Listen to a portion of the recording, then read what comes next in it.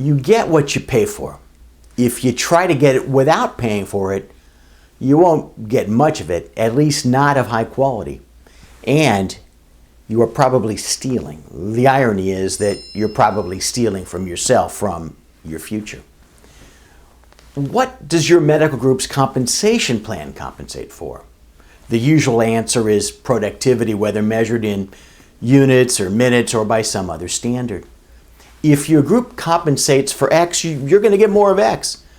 So if X is units, your group's physicians are going to be motivated to maximize their production of units.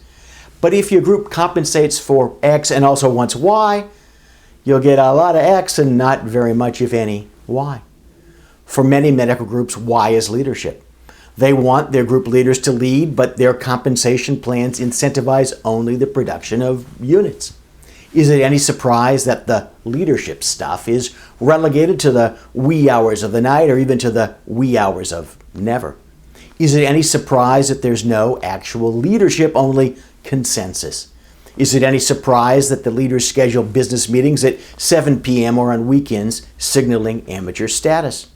If you don't pay for leadership, you won't get much, if any, of it. You will create tension, you will create resentment, but you will not create leadership. You'll be stealing from the leaders, either from their ability to generate units or from their time for themselves or with their families.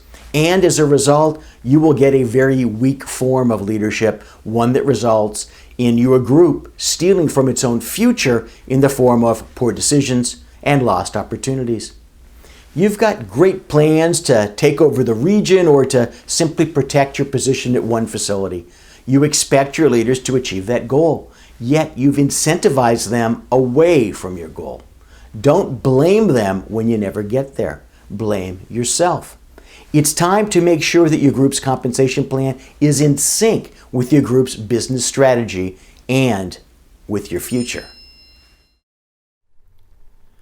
For complimentary resources, including articles and our monthly newsletter, the Advisory e-Alert, visit advisorylawgroup.com.